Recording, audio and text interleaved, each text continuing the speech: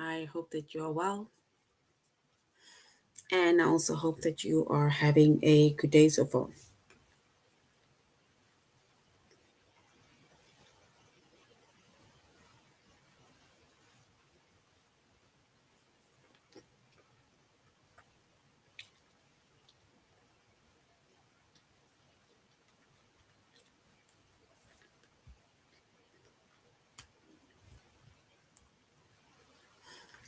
Today we'll be doing our grade 7 English lesson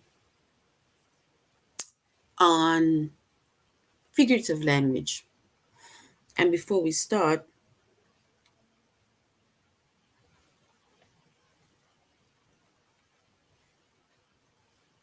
we're going to log on to aplusstudents.ca.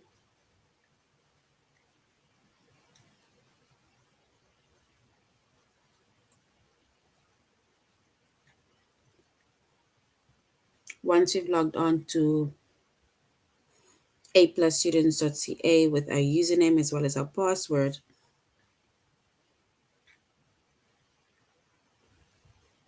and then we're going to select the subject of English language art.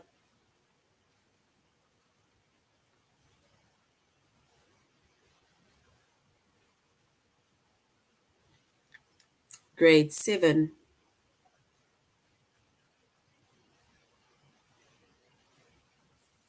And then we're going to scroll down up until we get to the chapter of figurative language.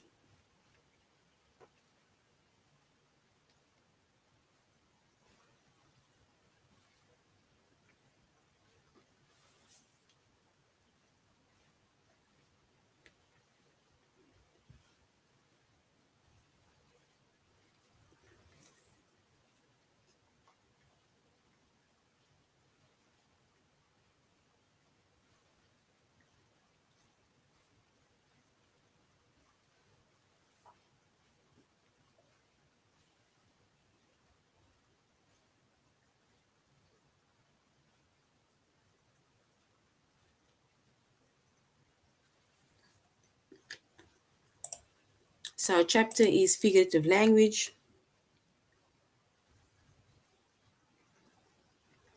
Our subject is English language arts.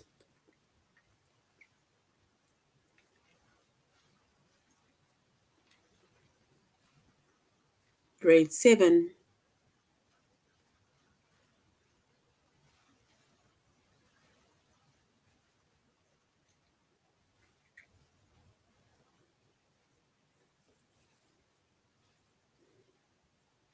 And the lessons that we're going to be focusing on under the chapter of figurative language is to use personification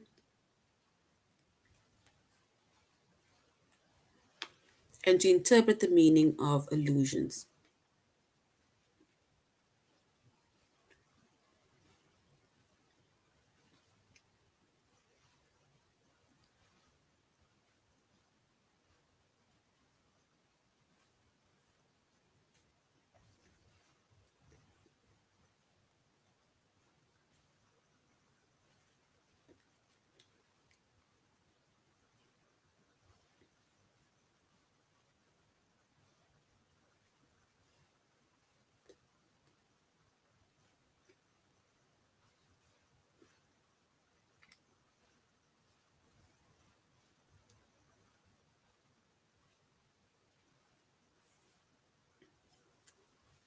All right, so when it comes to personification, right? Personification, it is basically giving human characteristics to a non-human thing. It's giving human characteristics to a non-human thing.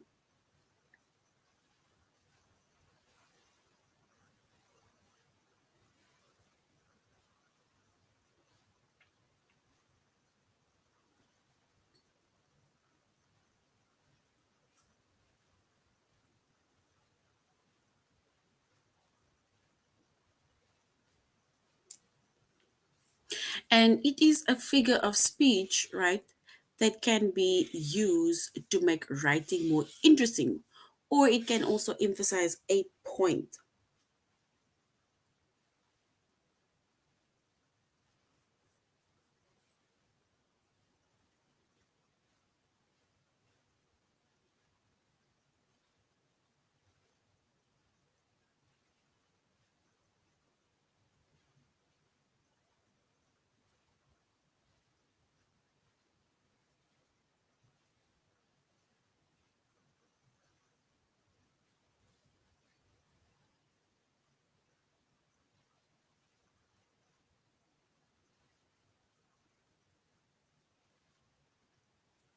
All right. So once again, we say that a personification is giving human characteristics to a non-human thing,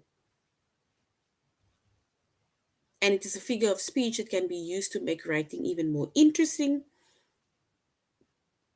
or it can basically just emphasize a point.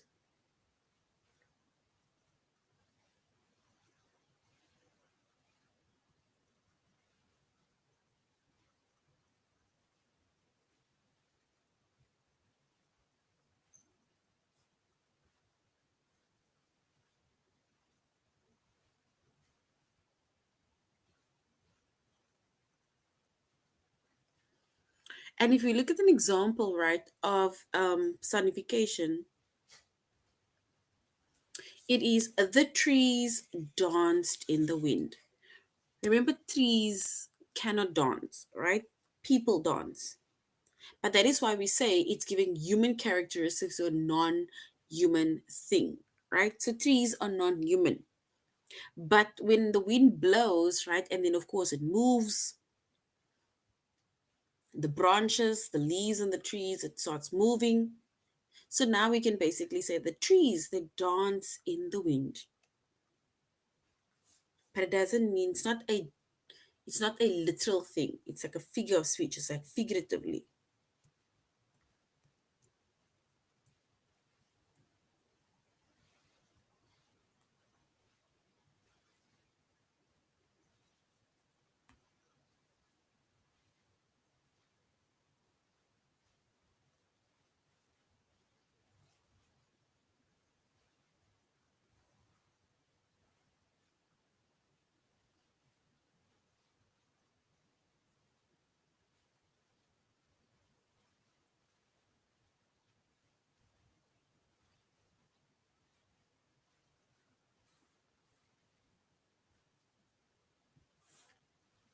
And for example, it also says that the word dance, right? If we're making mention of the dance of the trees dancing in the wind, the word dance describes the trees as if they were people. And remember, I said that people dance,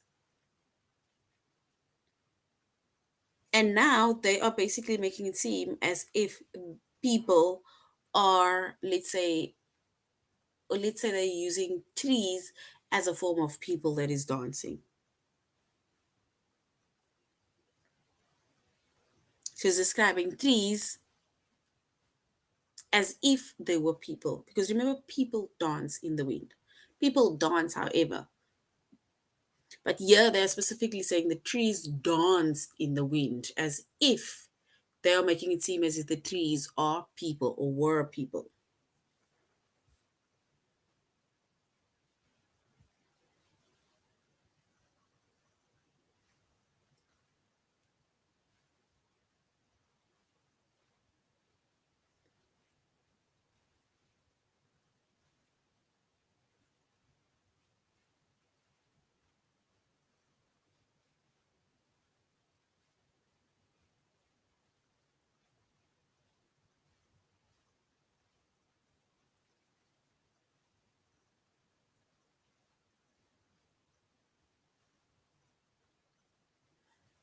All right.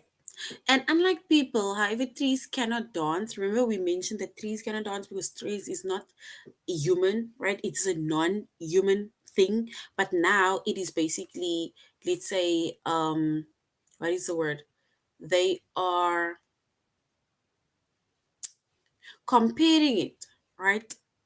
Or making it seem as if the trees is human by saying that it dances, right? So the personification suggests that the trees are moving.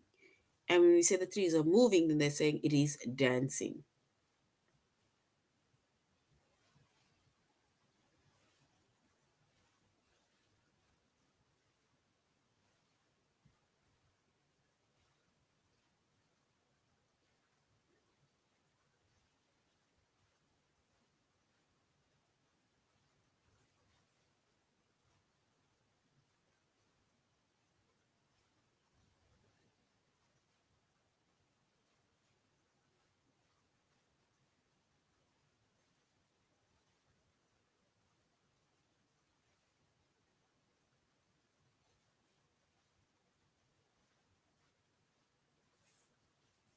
All right. Then we have an illusion, right? And an allusion is a brief reference to something or someone well known. An allusion.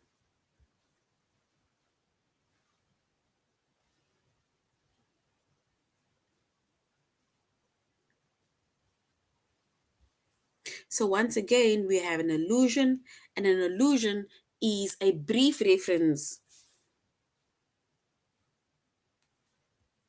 to something or someone well known. And it is often from a history or it's often from history or it is from literature.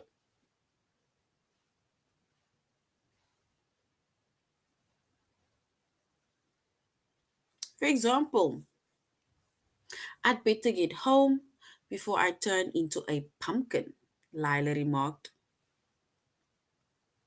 And if you if you just listen at that sentence, listen to that sentence, it says, "I'd better get home before I turn into a pumpkin." Which story does that remind you of, right? So it means that it reminds you of a specific story, right? And it reminds us of the fairy tale, which is in Cinderella, where Cinderella went to the ball, and Cinderella then had to leave a certain time. Otherwise, everything would transform back to its normal state. Specifically, also, the her pumpkin then had to transform back to being that pumpkin. So, which means that the illusion it shows that Lila must depart immediately.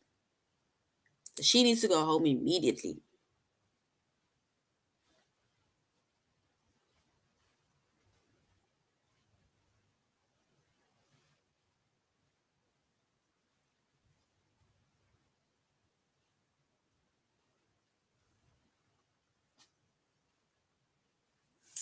All right. So once again, we said personification is giving human characteristics to a non-human thing, and it is a figure of speech that can be used to make writing more interesting or even to emphasize a point. And then we have an allusion, right? And we said an allusion is a brief reference to something or someone that is well known. And we often make reference to something or someone well known that is from history or specifically from literature. And then we made an example where we said that we read the example that said, "I better get home before I turn into a pumpkin."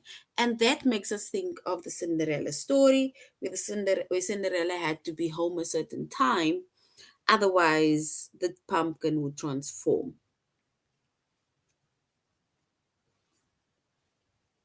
So which means that, or the illusion means that Lila needs to get home immediately.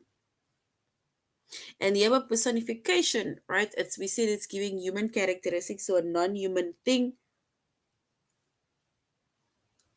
where we say the trees danced in the wind,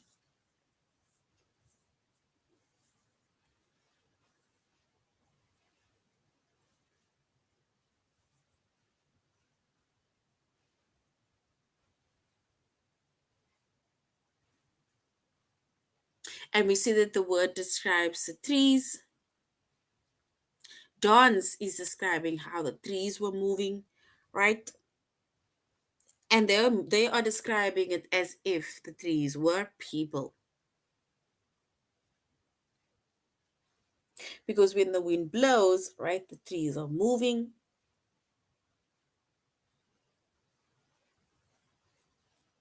And now it is being, let's say, we are saying now that trees, right, are being described as if they were people.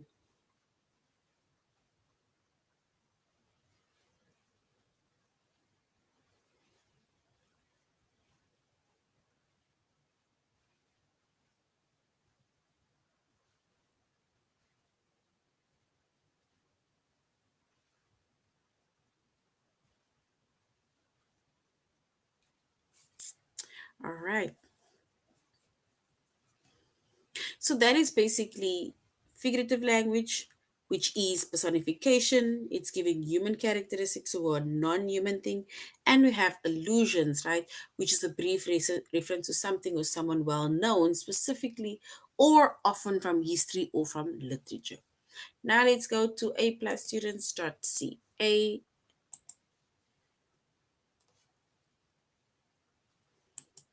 and we said our chapter is figurative language. And the first lesson is to use personification, right? Where we are giving human characteristics to non human things. So we're giving human characteristics to non human things, specifically the example that we made about the tree that is dancing in the wind.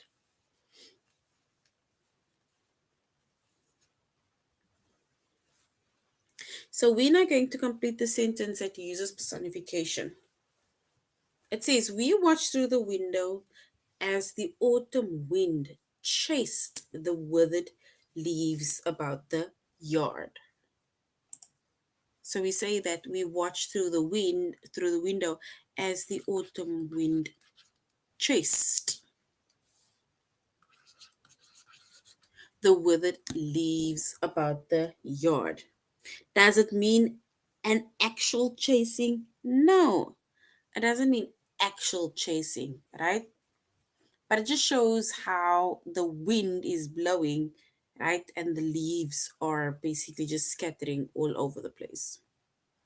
So now they are basically making it seem as if the autumn wind is chasing the leaves in the yard.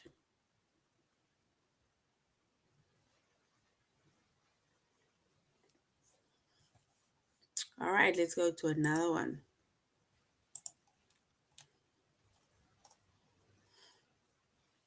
Compared to the other books with more eye catching covers, this one seemed shy by comparison. Shy by comparison. Right? So now we are describing a book being shy. And if we were to compare it to somebody that's being shy, right?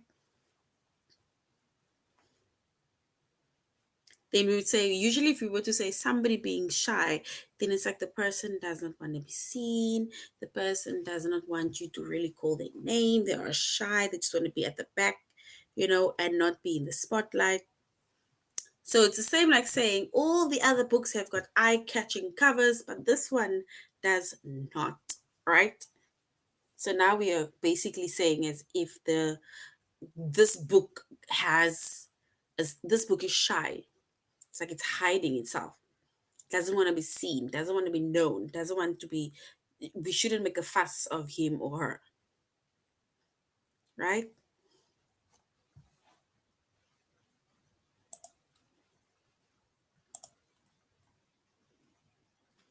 And then we have the last one that says summer snuck up on me.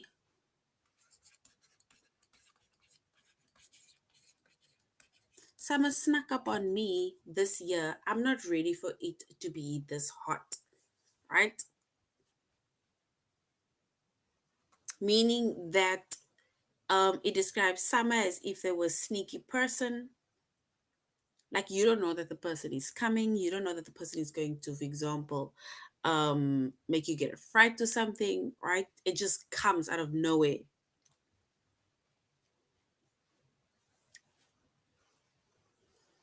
So it's the same like us saying, for example, with winter, whereas we've been saying like, wow, it is freezing. So we can say that winter snuck up on us this year. We are not ready for the cold weather.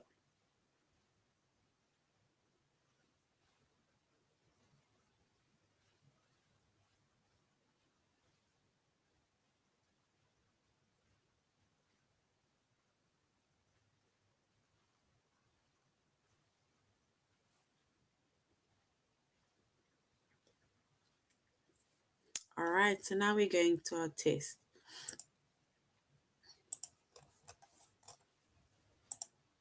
where we're going to use personification. Human like characteristics to a non human We say the long ignored book sale. The long ignored book sat. Do we say unread on the nightstand, or do we say patiently on the nightstand?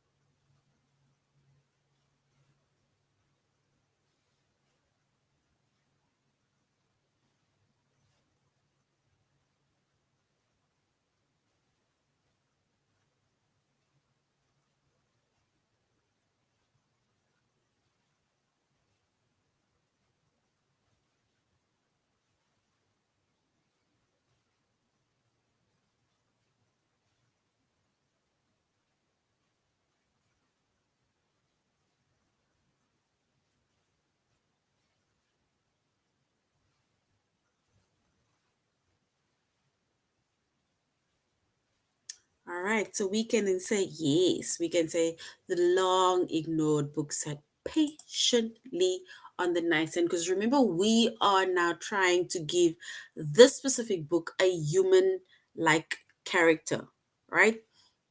Because remember, a book, if we are going to make it like a literal meaning, we're going to say the book sat there unread. But since we are trying to make it seem as if we are putting this into a human like type of explanation, and then we can say that it is sitting patiently as if somebody is waiting to be chosen, to be picked, right? So, yes, patiently.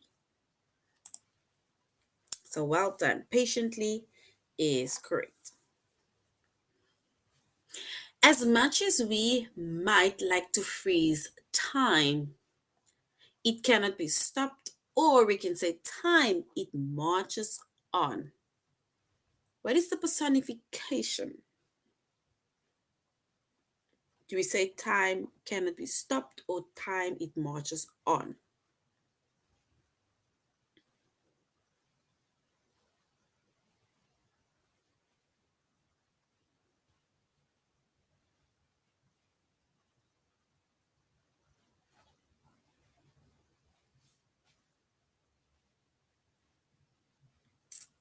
So we can say as much as we might like to freeze time, yes, we can say it marches on, right? It's like as we say, like time is going, time is walking, right? So it's like, so we can say figuratively that time marches on. So well done. So even through my heavy parka, I could still feel the icy weather of winter, or do we say the icy fingers of winter?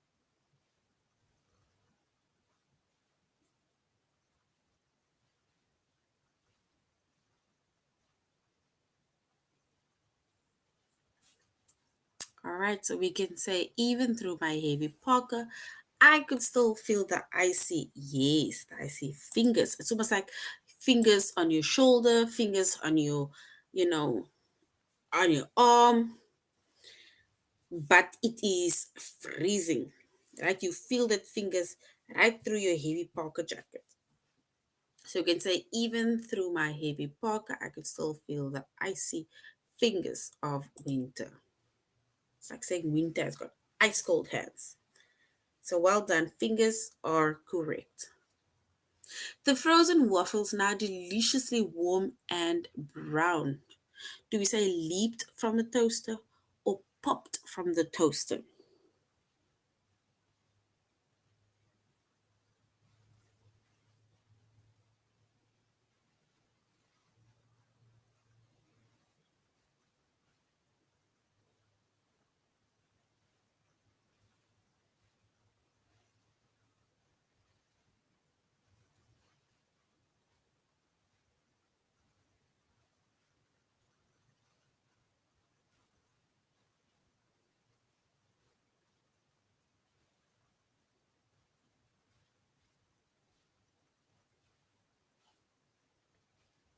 Yes. So if we were to choose the correct one, then we would say the frozen waffles, now deliciously warm and brown, they leaped from the toaster. Right? It's like saying they jumped from the toaster, not popping. Because remember, once we put bread or anything in the toaster, right? And then it just pops.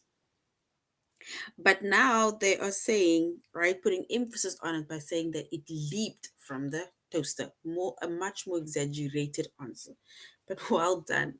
Leaped is correct.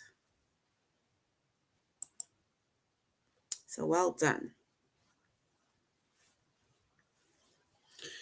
So the package that had arrived on my doorstep seemed, do we say eager to be opened or dangerous to open?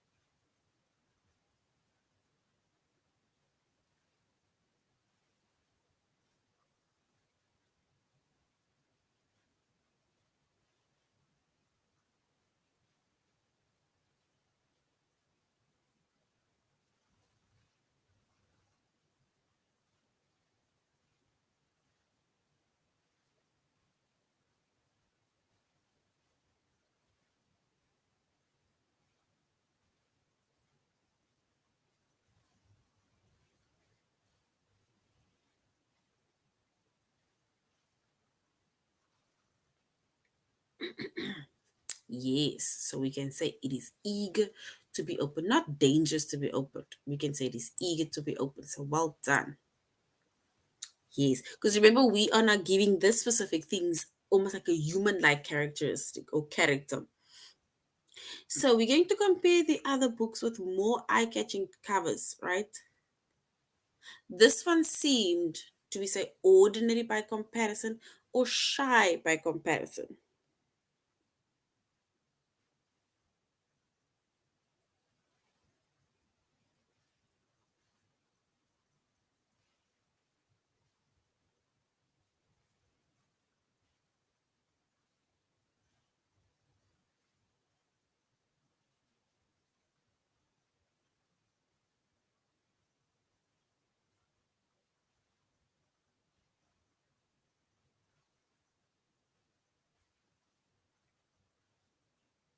Yes, so we can say compared to the other books with more eye-catching covers, this one seemed not ordinary, but this one seemed shy. Because remember, once again, when we talk about somebody or something being shy, it's like something that sends it right to the back, like, don't choose me, don't choose me. That is what the person is saying, right? So it's now saying that we compare the other books with a more eye-catching cover, right?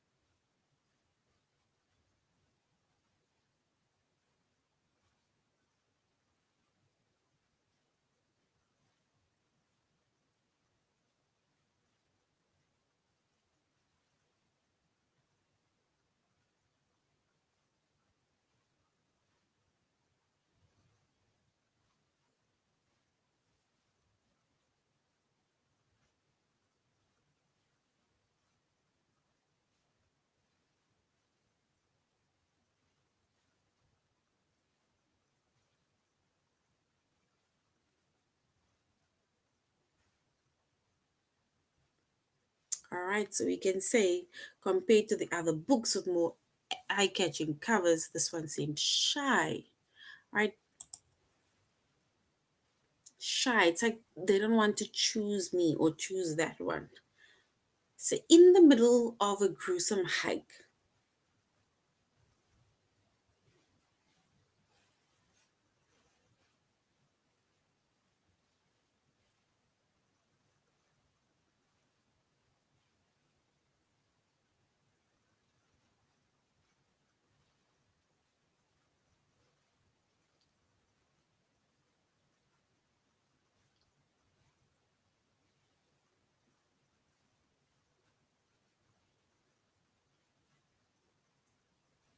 All right, so we can say in the middle of a gruesome hike, grueling hike, I encountered a bubbling steam that invited me to stop for a drink. Because when somebody invites you, they're like, "Oh, come," right? Or they send you an invitation.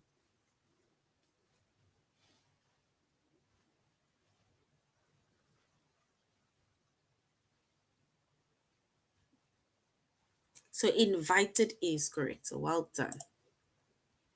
Yes, well done. Now we're going on to illusions, right? And we need to interpret the meaning of illusions. The meaning of illusions.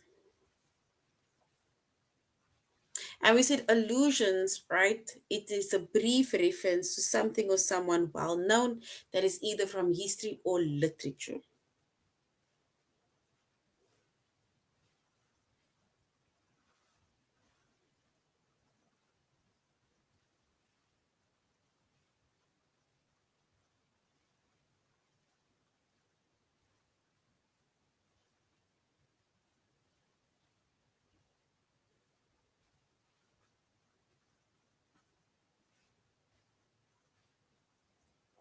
All right.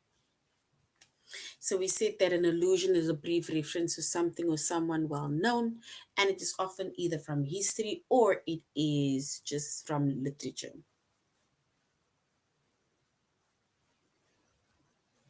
And we made an example of Cinderella,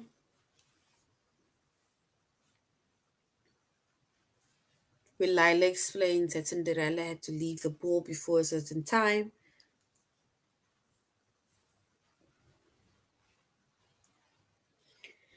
and before her pumpkin basically changes back into being an actual pumpkin.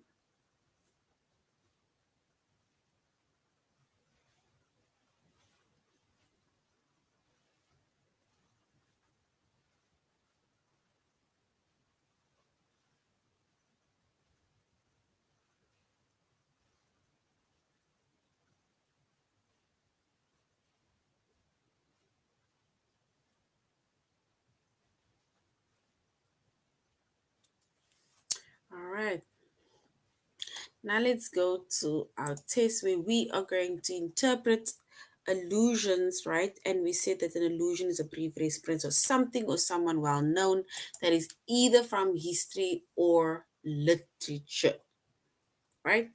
So it says in the Bible, Job complains to God about his hardship, right?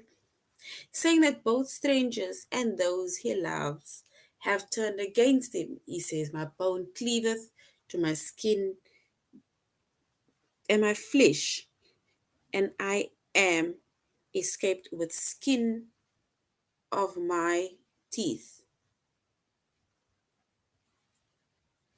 Scholars have long debated the exact meaning of the phrase, but many claim that Job is saying that he narrowly escaped death. So we need to say what the meaning of allusion is within this sentence. Do we say that it is just barely,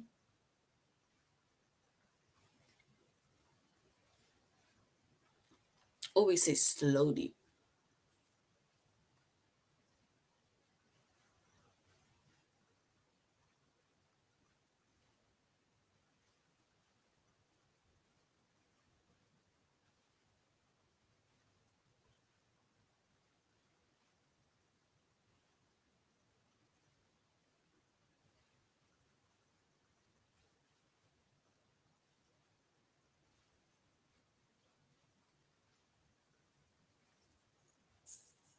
So we need to say, what is the meaning of illusion in the sentence below? It says Cooper got off the mountain by the skin of his teeth. Does it mean that he just barely got off the mountain? Or does it mean he slowly got off the mountain?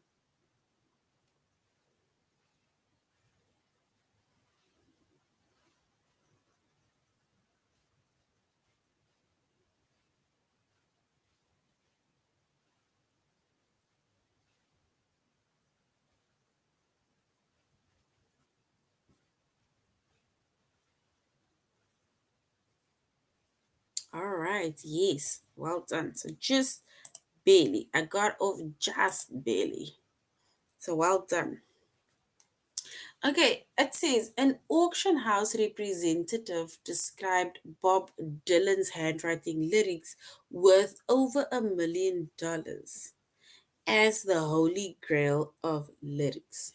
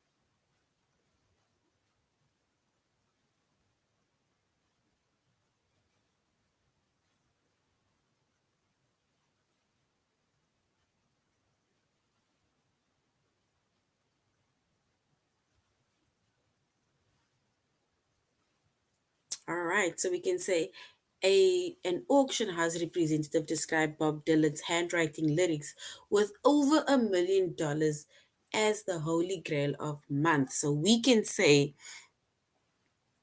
that it is, do we say it's something worth a large amount of money, or do we say something desired but hard to obtain?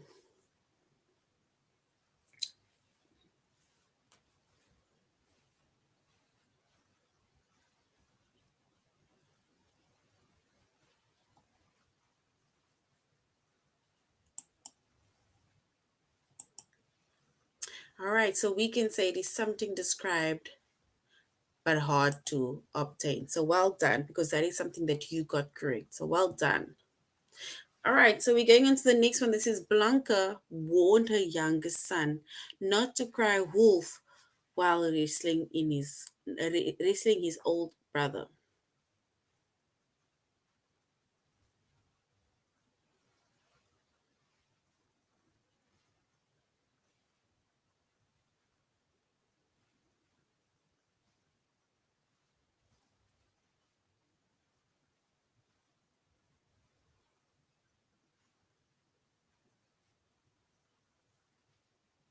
So we can say Blanca warned her youngest son not to cry wolf while wrestling with his older brother. And if we were to see what that means, does it means to raise a false alarm or to make howling sounds?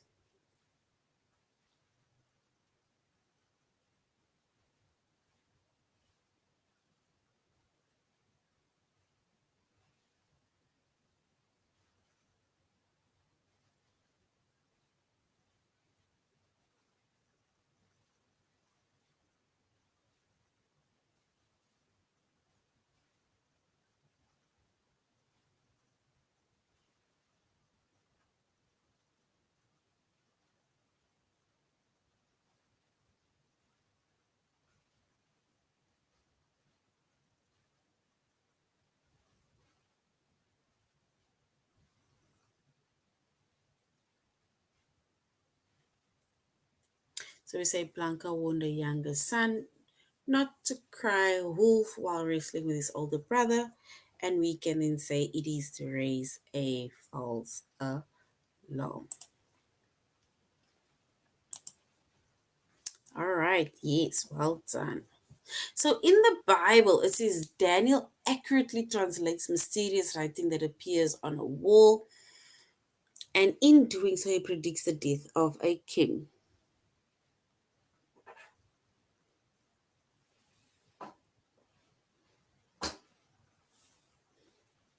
And now he's saying investors should have seen the writings on the wall.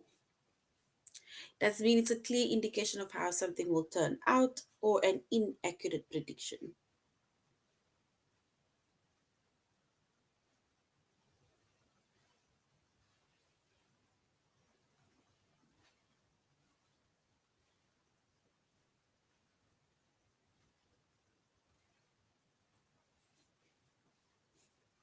And we can say that investors should have seen the writings on the wall. Do we say a clear indication of how something will turn out or an inaccurate prediction? Is it a clear indication of how something will turn out, or do we say an inaccurate prediction?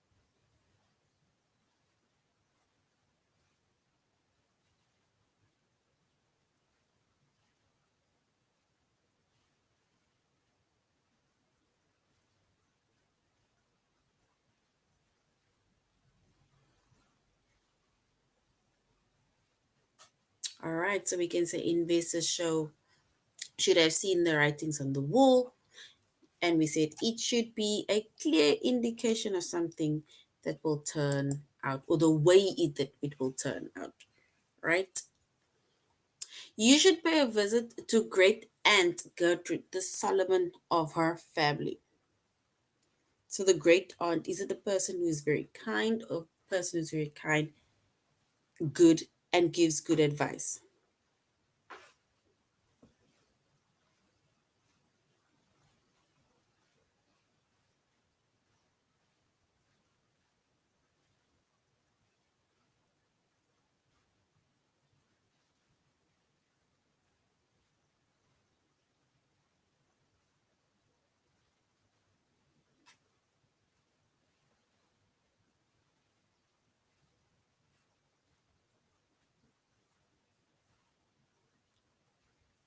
So we can say you should pay a visit to great aunt Gertrude, a Solomons of the family, and a person who is very kind, a person who gives good advice.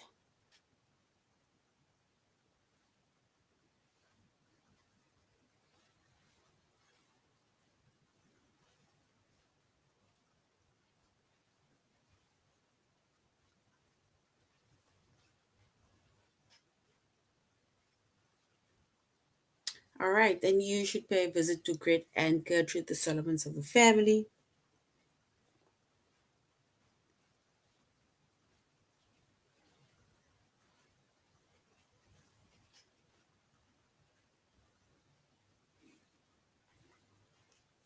And if we were to find out the source of the illusion, or why we would say that it is what it is, then we can say that a person who is very kind.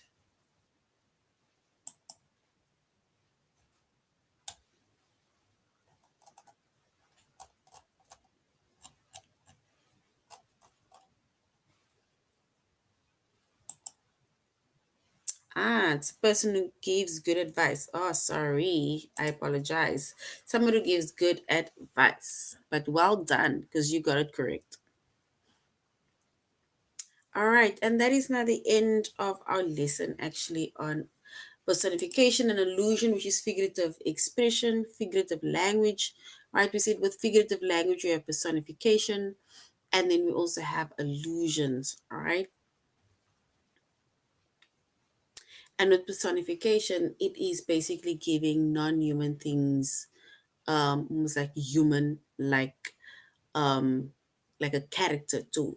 That it refers to it being a human, right? All right, so that is the end of our lesson. Thank you very much, grade um, sevens, and I really hope you're going to have a good evening further. Goodbye.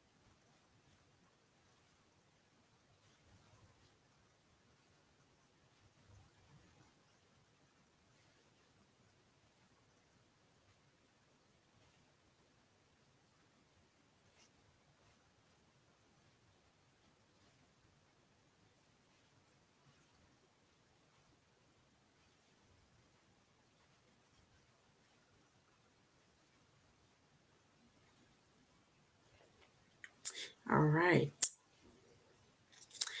All right, so have a good evening further. Goodbye.